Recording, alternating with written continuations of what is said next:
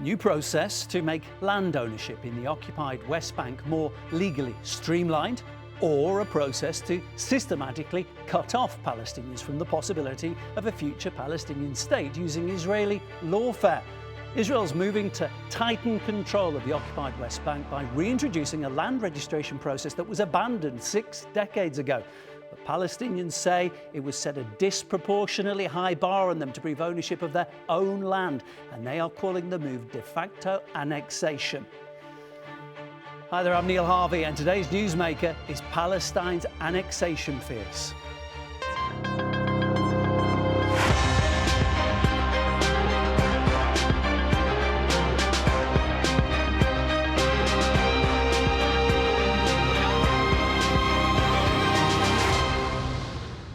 Sunday saw the Israeli government move a step closer to re-establishing a land registration process that many Palestinians in the occupied West Bank fear is simply annexation by another name.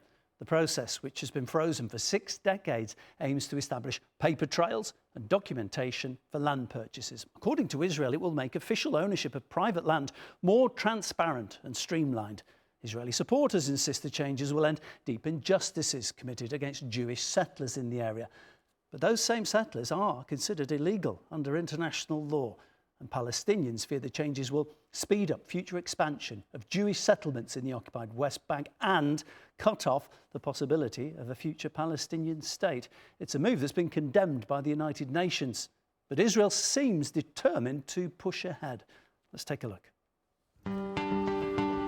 Palestinians are fearful of a new land grab in the occupied West Bank after Israel's decision to move ahead with a land registration process. On Sunday, the Israeli government paved the way to restart settlement of land title procedures, which have been frozen in the occupied West Bank since 1967. We reject and condemn all these Israeli measures that aim to expand the Israeli control over the occupied Palestinian territory, mainly in the West Bank, including Jerusalem. These measures are illegal, they are null and void, and they cannot put any facts on the ground. The new decision means that when Israel begins the new system, anyone with a claim to that land must submit documents and evidence of their ownership. But this is difficult for many Palestinians. The occupied West Bank is divided into a patchwork of 3 separate zones. Area A is under Palestinian control. Area B is under joint Israeli and Palestinian control. And Area C is under Israeli control and forms the largest overall portion of occupied West Bank territory. In practice, the new system makes it easier for illegal Israeli settlers to purchase land. Even in cases where Palestinians might legitimately own parcels of land, legal documents have been lost, destroyed, or stored in homes that are now out of reach for Palestinians to access for almost 60 years when the original process was frozen, and many were unable to pass down ownership documents. This is a move of sovereignty, a move of annexation. We are 5 days after the Trump declaration again that he will not allow for annexation, and Netanyahu is actually doing whatever he wants and continuing with deepening the annexation of the West Bank. Over the past few days, Israeli settlers stormed into the old city of Hebron, deep within occupied West Bank territory, under the protection of armed Israeli soldiers. It's a situation that exemplifies Israel's strong-arming encroachment. Under international law, all Israeli settlements in the occupied West Bank are considered illegal. The Secretary General warns that the current trajectory on the ground, including this decision, is eroding the prospects for a two-state solution. President Trump has said he wouldn't allow annexations to take place, but there are fears that actions aren't backing up the words. Israel's Prime Minister Benjamin Netanyahu visited the White House last week. Netanyahu faces an election later this year, and he deems the establishment of a Palestinian state a security threat. Large parts of his ruling coalition's voter base are situated in illegal Israeli settlements, and many of his supporters favour annexation. All the while, Palestinians of the occupied West Bank continue to feel the tightening grip of Israel's ambitions and fear the establishment of a future Palestinian state slipping from their fingers. Joining me now to debate that and much more are from Cairo, Director of the Palestinian Centre for Human Rights, Raji Sourani. From Ontario, Professor Emeritus of Law at Western University and former UN Special Rapporteur on Human Rights in the Occupied Palestinian Territories, Michael Lynk. And from Tel Aviv, political analyst and contributor to Haaretz newspaper, Akiva Eldar. Akiva, first to you. I want to start out by allaying the fears that many Palestinians have. If we look at the stats, in 2025, the UN's Humanitarian Office, OCHA, estimated an average of 5 settler attacks happened in the occupied West Bank every day.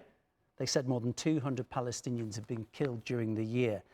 Now, these legal changes are going to unseal land ownership records, are going to make them public. Do you think that exposure of landowners is likely to lead to more violence and more attacks? I just want to remind the viewers that part of the Abraham Accords that were made by President Trump during his first term were a trade-off between Israel and the partners from the Gulf, and that Israel will drop its ambition to annex the territories. And what's happening right now is not just annexation. It is annexation of a kind of an alignment between the settlers and the Israeli army. In the best case, the army is turning a blind eye to what's happening in the territories, which is a violation of the Israeli law. And the police is in the hands of a minister who doesn't believe in a two-state solution, doesn't believe that the Palestinians deserve to have equal rights. So I think that we are looking at escalation, and the Israeli defense forces are very worried about Ramadan, which is very close to us. And the Palestinian Authority has no power in Area C, because Area C, as we know, under the Oslo Accords, is under Israeli full authority. Palestinian police cannot cross the lines between Area A, B, and C.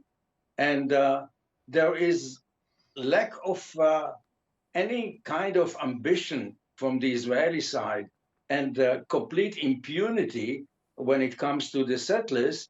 So yes, in the Israeli-Palestinian conflict, it's like riding a bicycle. If you don't pedal, you will fall down. If you don't go forward, if you don't offer the Palestinians some hope, it's not going to trust the status quo. It's going to go backwards. Michael, I want your take on this, please, because, I mean, it's an obvious concern, and one would say it's a logical progression. The Israeli military have used violence against Palestinians in the occupied West Bank, illegal settlers have used violence, and now they know more of the people, they're being basically named, the people who own land. They are going to be vulnerable, is the fear. And as a former UN Special Rapporteur for this region, I mean, you must be full aware of the violence that has been employed.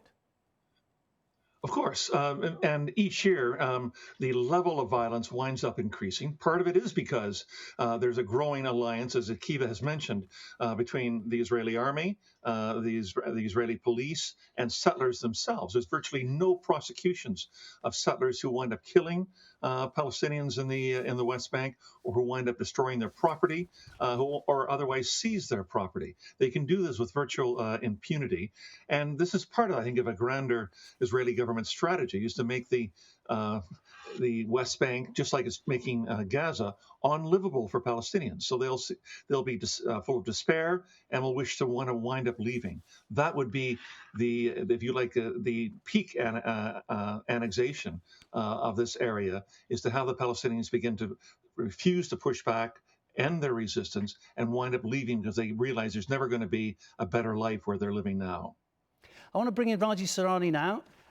Raji, again, just a few more facts for our viewers first. The International Court of Justice said that the occupation of Palestinian territory captured in 1967 is illegal.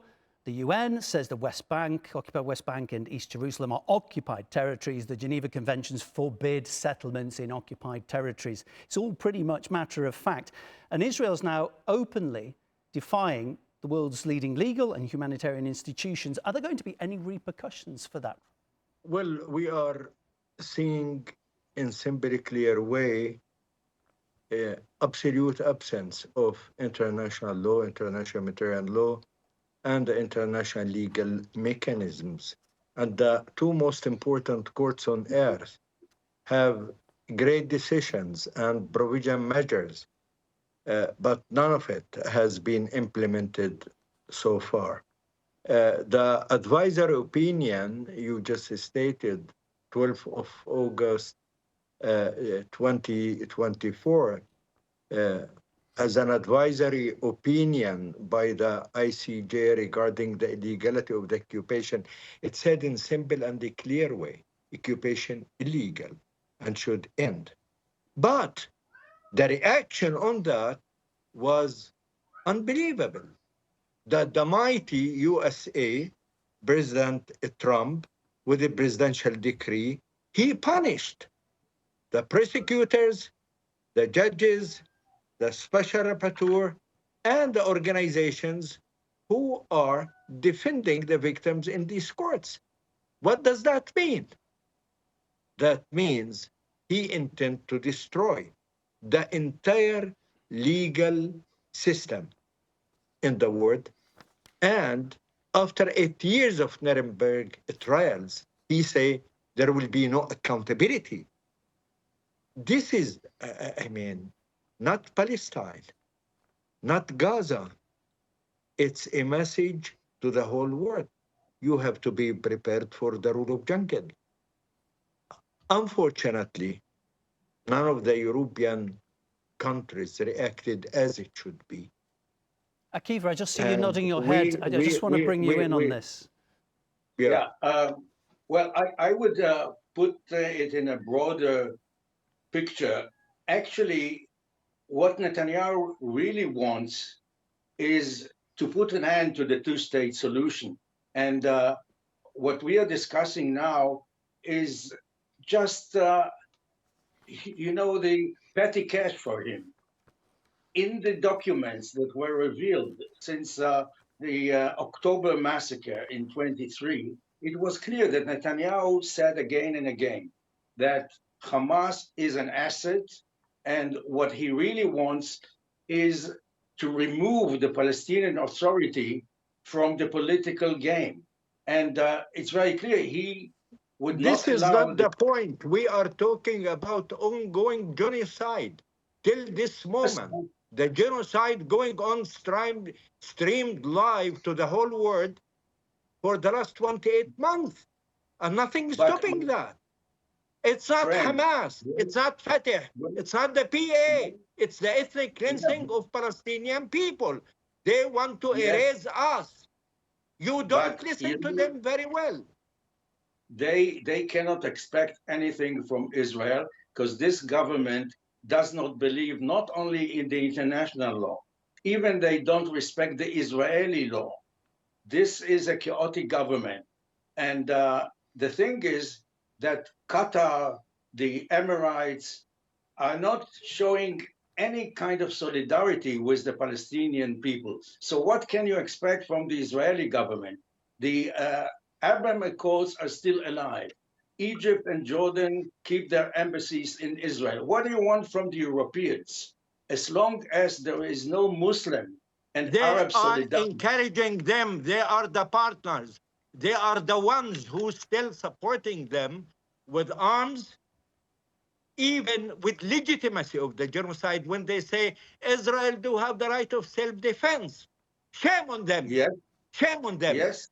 How Israel can have the right of self-defense when they are doing genocide, when they are occupied power, when they are illegal occupied power, not according to us, according to the ICJ, the most important court on earth. Yes, but U.S. how sanctioning how the come judges, sanctioning the prosecutors, sanctioning the lawyers who represent these victims in the court. What is this? This is ugly, bad, unprecedented. This is the rule of jungle.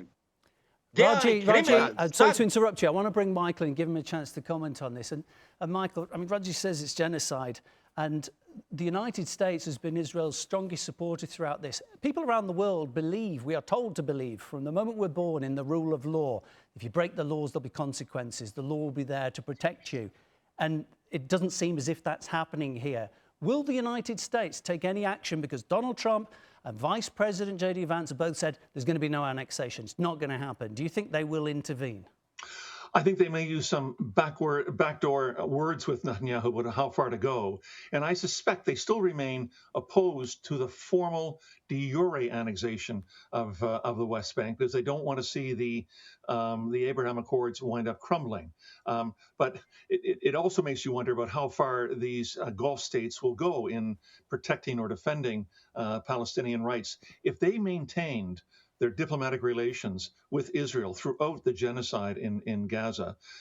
This surely shows how irrelevant most Arab political leaders have become in this modern era. So there's this odd collusion between these Arab leaders on the one hand, the Trump administration on the other. And I think, as I said, this will lead up to a thickening of this galloping annexation, but probably no formal statement of annexation itself, given the Trump's wish to keep the Abraham Accords in place. Is that not? I mean, that sounds to me like disingenuous. If you've got a president and a vice president saying this will not happen, and then it happens, and they don't take action, does that mean it was just willful deception? Yeah, well, just let's remember that in his interview last month with the New York Times, President Trump himself said, "I don't believe in international law." He said out loud what most American recent administrations, Democratic and Republican, have wound up believing. They will wind up saying they believe in international law, but do nothing to wind up enforcing it when it means paying for one of their important allies. So I don't. Trump is simply saying now I discard the process of international law that we've built over the last 80 years. But remember, for the Palestinians have always been the litmus test of how well or how poorly international law winds up working. When there's no accountability for the scores of resolutions passed at the Security Council and the hundreds of resolutions passed at the General Assembly saying annexation is illegal, settlements are illegal, the apartheid wall is illegal, demanding an immediate ceasefire in Gaza, and all of that being ignored, it shows that international law has, without having its own police, without having its own army, is toothless in the face of power. Akiva, you've written about what's going on in the region for decades. You know it very well. If this actually, the worst fears come to reality, that Israel annexes and takes more land from the occupied West Bank, I think it's 300,000 Palestinians live in Area C. What do you think the reality is going to look like on the ground? Well, I think that the Palestinian problem, as well as the settlements and the occupation, has become a domestic issue because we are looking at early elections, but in any way, it will not happen after October. And this is all kind of a bargaining chip between Netanyahu and his partners for the coalition. And it's very clear that President Trump would rather have Netanyahu in power or the Israeli right than a more balanced coalition that politically is far away. Akiva, sorry to interrupt you, because you're talking about the political side, and I really want to get at what's happening on the ground, because there are people who've been to the region, and the critics say people have already, for many years, just been forced out of their homes, and they're effectively living as nomads in wasteland. I mean, is this something you will think we're likely to see more of? Well, yeah, I think that as long as the Israeli public will vote for a government coalition parties who are not interested and don't believe in a two-state solution. They believe that we are doomed to live on our sword. It will not, Israel is a democracy formally. And the Israeli public has decided that we don't trust the Arabs, we don't trust the Palestinians. And you see, the international community is now starting a kind of another party on the Gaza, the fate of Gaza, and they forget about the West Bank. There are, 3 million Palestinians living in the West Bank, and they've been living in a ghetto for the last 3 years. They are not allowed to go into Israel to break bread and to go to hospitals. And it's going to be another Gaza. Don't we see this? I mean, I'm looking at this from the Israeli point of view. Of course, I have full empathy for my Palestinian friends. But from the point of view we don't need that. We don't need that, Mr. Eldar. When you say Israel is a democracy, a state who do practice genocide broadcasted live to the whole world, and you say it's democracy, that's big shame. That's big shame. Not intellectual and professional like you should say that. Occupation like somebody standing on a quicksand. Every look, move my friend, they are sinking more and more. And the worst is the moral sinking. You are sinking in lagoon of war crimes, persecution, apartheid, genocide, ethnic cleansing, and you speak about democracy. This is a shame. Instead of shouting, listen, what I said is Israel. I'm not shouting, I'm speaking truth to power and for those who mislead. I said that Israel is a formal democracy. It's not a liberal democracy. And I've been participating in dozens of demonstrations. The thugs and the criminal, the entire system criminal.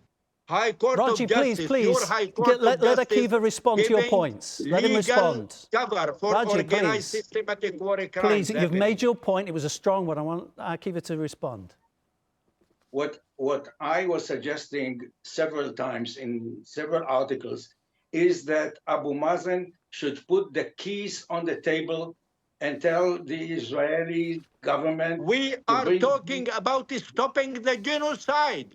The genocide going on. Abu Mazen, not the problem. Please, you've had your say. Please let Akiva respond. What I'm trying to say is that Abu Mazen and the Palestinian Authority is a kind of a camouflage of a peace.